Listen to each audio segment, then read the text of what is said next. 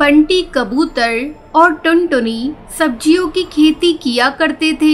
उनके घर के बाहर उनका छोटा सा खेत था। इस बार तो आपने बहुत सारी अलग अलग सब्जियां लगाई हैं। हाँ टुनटुनी, इस बार मैंने पहली बार कद्दू की सब्जी लगाई है। जब सारी सब्जियां आ जाएंगी तो हमें अच्छा खासा मुनाफा होगा। हाँ, लेकिन पहले हमें इन पौधों का अच्छे से ख्याल रखना होगा। हाँ, वो तो रखेंगे ही। मैं और आप कोशिश करते रहेंगे।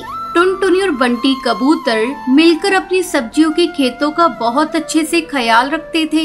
उनके खेत ही उन दोनों की कमाई का जरिया थे। धीरे धीरे उनके पौधों में सब्जियां लग गईं। ये देखकर वो दोनों बेहद खुश थे। लेकिन एक दिन टुनटुनी ने देखा कि घर का सारा राशन खत्म होने की कगार पर है। अजी सुनते हो, सारा राशन खत्म होने वाला है। आज आखिरी बार खाना बनाऊंगी। अच्छा, कोई बात नहीं, कल कुछ सब्जियां तोड़कर बाजार में बेच दूंगा, ठीक है? उस रात टुनटुनी और बंटी कबूतर सो गए। तभी तेज बारिश शुरू हो गई। बारिश के साथ तेज आंधी भी शुरू हो जाती है। मौसम अपना कहर बरसा रहा था। तभी एक बिजली की आवाज सुनकर टुनटुनी की नींद खुल गई। उसने बरसात की आवाज सुनी और अपने पति को उठाने लगी। अजी उठिए, उठिए, बाहर आंधी तूफान आया है। क्या? हाँ, आवाज सुनिए। जब बंटी कबूतर डाल पर आकर देखता है, तब तक तेज आंधी से सारे पेड़ पौधे उखड़ चुके थे। टुनटुनी, सारे पौधे उखड़ चुके हैं। हे राम! आप पहले अंदर आइए। बंटी कबूतर घर के अंदर आया और उसने दरवाजा बंद कर दिया।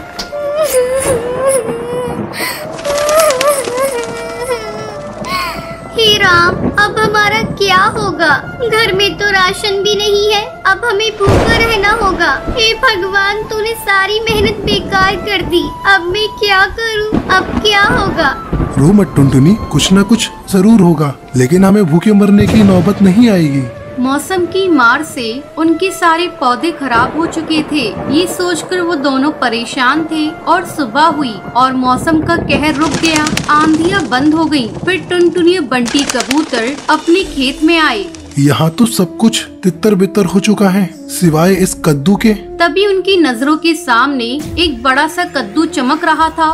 मैं सोच रही हूँ, इसे बेचकर ज्यादा पैसे तो नहीं मिलेंगे। क्यों ना हम इसे घर में ही रखें। कम से कम इसकी सब्जी बनाकर कुछ रोज हम दोनों का पेट तो भर सकता है। हाँ, तुम सही कह रही हो टुनटुनी, चलो इसे अंदर ले चलते हैं। बंटी कबूतर ने उस बड़े से कद्दू को उठा लिया और दोनों घर के अंदर चले गए। बंटी कबूतर ने कद्दू को रसोई में रख दिया। मुझे चाकू देना टुनटुनी। टुनटुनी ने बंटी कबूतर को चाकू दिया और जैसे ही बंटी कबूतर ने उस बड़े से कद्दू को चीरा तो उसमें से चिड़िया के बच्चे की रोने की आवाज आने लगी। ये क्या? आप आराम से चीरिए। बंटी कबूतर ने आराम से कद्दू को चीरा तो उसके अंदर उन्हें एक छोटी सी चिड़िया की बच्ची दिखी। है? ऊपर वाले कद्दू में ये बच्चे कैसे आ गई? ये कुदरत का करिश्मा है। हाँ, लगता है इसे भूख लगी है। इसके लिए थोड़ा दूध ले आऊं, पर घर में तो दूध भी नहीं है। एक काम करती हूँ, पड़ोस की हरी काकी से ले आती हूँ। जब तक आप इसे संभालिए। टुनटुनी दूध लेने पड़ोसन के घर चली गई और यहाँ बंटी कबूतर चिड़िया के बच्चे को देखने लगा।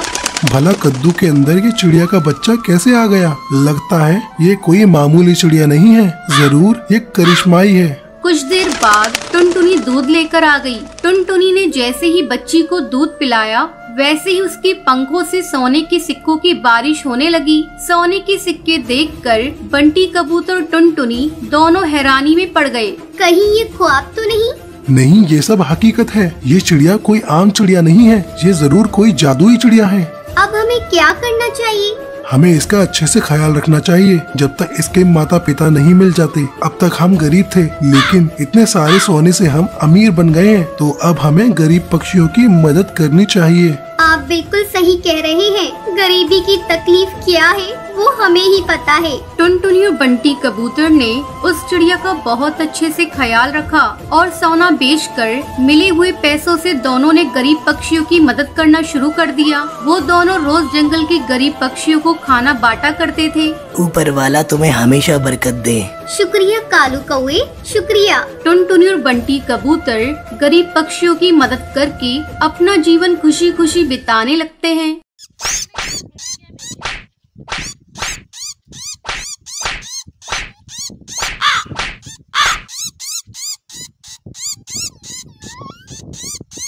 एक समय की बात है, सुंदरवन जंगल में टुनटुनी चिड़िया अपनी सौतेली बहन पिंकी चिड़िया और अपनी सौतेली माँ रानी चिड़िया के साथ रहा करती थी। टुनटुनी की माँ टूनी चिड़िया की मौत कुछ महीनों पहले एक सांप के काटने के कारण हो गई थी।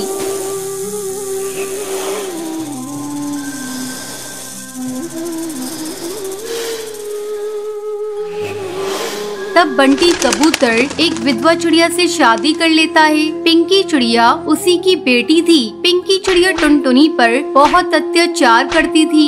एक दिन टुनटुनी खाना पका रही थी, तभी पिंकी वहाँ आती है और टुनटुनी से कहती है, मैंने तुझसे चाय मांगी थी, तूने अभी तक मुझे चाय नहीं दी। दीदी ये देखो, मैं चाय ही बना रही हूँ, जैसे ही चाय उबल जाएगी मैं आपको लाकर देती हूँ। थोड़ी देर बाद टुनटुनी चाय लाकर पिंकी को देती है। चाय पीते ही पिंकी टुनटुनी पर चिल्लाने लगती है, ये तूने चाय कैसी बनाई है? इसमें तो चीनी बिल्कुल नहीं है, ले इसे तू ही पी ले। इतना कहकर वो उस चाय के प्याले को फेंक देती है। पिंकी चिड़िया का गुस्सा देखकर टुनटुनी रोने लगती है।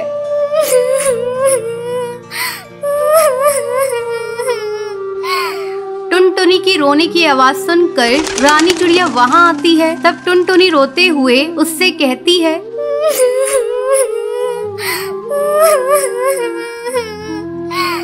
माँ ये देखो, दीदी ने सारी चाय फेंक दी।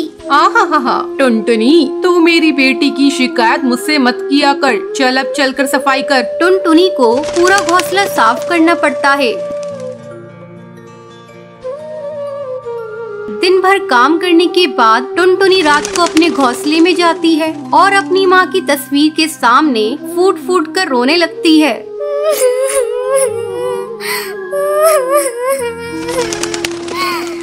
माँ तुम मुझे छोड़कर कहाँ चली गई? पिंकी चिड़िया मुझे बहुत सताती है। पापा भी अब मुझसे पहले की तरह प्यार नहीं करते। वो रोते रोते सो जाती है। अगले दिन पिंकी चिड़िया स्कूल जाने के लिए तैयार हो रही थी। अरे महारानी, मेरा स्कूल ड्रेस कहाँ है? तूने प्रेस तो कर दिया है ना? पिंकी की चिल्लाने की आवाज सुनकर टुनटुनी वहाँ आती है और कहती है, नहीं दीदी, कल मेरा हाथ रोटी बनाते समय जल गया था, इसलिए मैं प्रेस नहीं कर पाई। तू खा खा कर मोटी हो गई है, तुझे चर्बी चढ़ गई है, अब तुझसे कोई काम नहीं होता। माँ इसे अभी इसी वक्त घर से बाहर निकालो, अब ये हमारे किसी काम की नहीं। तब रानी चिड़िया पिंकी से कहती है, बेटा अगर हम लोगों ने इसे घर से बाहर निकाल दिया तो इसका बाप हम लोगों को भी घर से निकाल देगा। इसका दूसरा इलाज है मेरे पास। इसी तरह कुछ दिन गुजर जाते हैं। अब रानी चिड़िया टुनटुनी को खाने के लिए बहुत थोड़ा सा खाना देती थी। धीरे धीरे टुनटुनी कमजोर होती जा रही थी। एक दिन रानी चिड़िया टुनटुनी से कहती है, टुनटुनी जा कुएं से पानी भर ला, पीने का पानी खत्म हो गया है।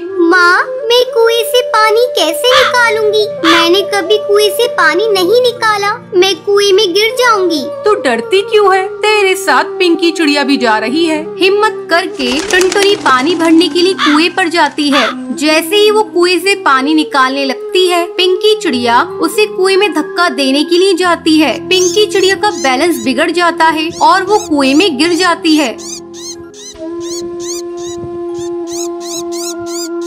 मुझे बचाओ, मैं डूब जाऊंगी। मुझे बचा ले टुनटुनी, मैंने तुझ पर बहुत अत्याचार किए हैं टुनटुनी, मुझे माफ कर दे, मुझे बचा ले किसी तरह से। दीदी तुम चिंता मत करो, ये रस्सी जल्दी से लो और ऊपर आ जाओ। पिंकी चिड़िया रस्सी पकड़कर कुएं से बाहर आ जाती है। उस दिन के बाद से दोनों बहनें खुशी खुशी रहने लगती हैं।